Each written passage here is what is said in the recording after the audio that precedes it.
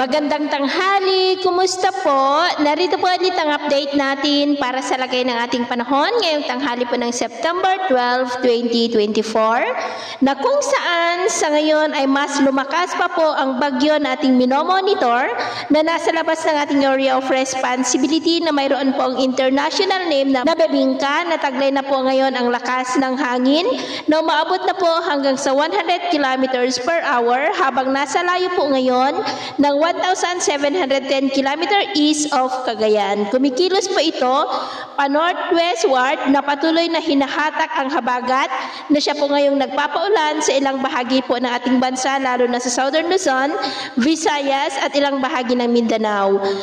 Sa bilis po ng kilos nito na 25 kilometers per hour ay posibleng nandito na sa loob ng ating area of responsibility bukas po ng hapon hanggang gabi at lalakas pa yan bilang typhoon at tatawagin sa local name na Bagyong Ferdy, ngunit lalabas rin po yan sa ating area of responsibility at tumbukin ang China at posibleng muli pang lalakas at hindi din inaalis ang posibilidad na maging super typhoon bago pa man po yan tatama sa kalupaan ng China sa darating po na linggo o Lunes. At ito nga ang pinapakita ng forecast model natin pong ginagamit hanggang po sa susunod na 2 linggo. At sa lagay po ng ating panahon ngayong tanghali dahil sa malakas ng bugso ng habagat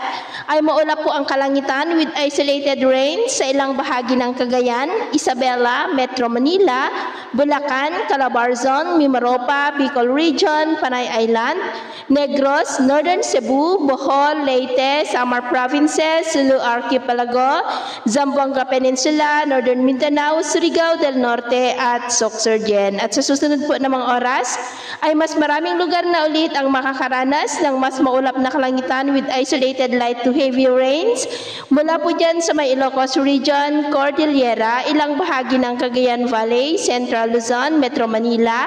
Calabarzon, Mimaropa, Bicol Region, Western Visayas, Central Visayas, Eastern Visayas, Sulu Archipelago, Zamboanga Peninsula, Northern Mindanao, Caraga, Davao Region at Sorsogon. Kaya mag-ingat po tayo sa mga banta pa rin po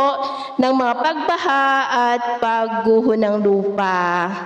At sa atin naman pong mga baybayin, iwasan na muna natin ang papalaot na po sa baybayin ng Palawan at Western Visayas dahil ang mga alon dyan ay posibleng aabot hanggang po sa 2 to 3.5 meters height. Epekto po yan ng lumalakas ng habagat kaya hanggat maari ay iwasan na muna natin ang papalaot sa mga nabanggit na baybayin para po mas makaiwas sa mga sakunang pangkaragatan. So ito lang latest update natin sa araw na ito. At ako po muli si James na nagsasabing sa kahit anong pagsubok po na darating sa ating buhay, huwag na huwag po tayong mawawalan ng pag-asa. Thank you and God bless.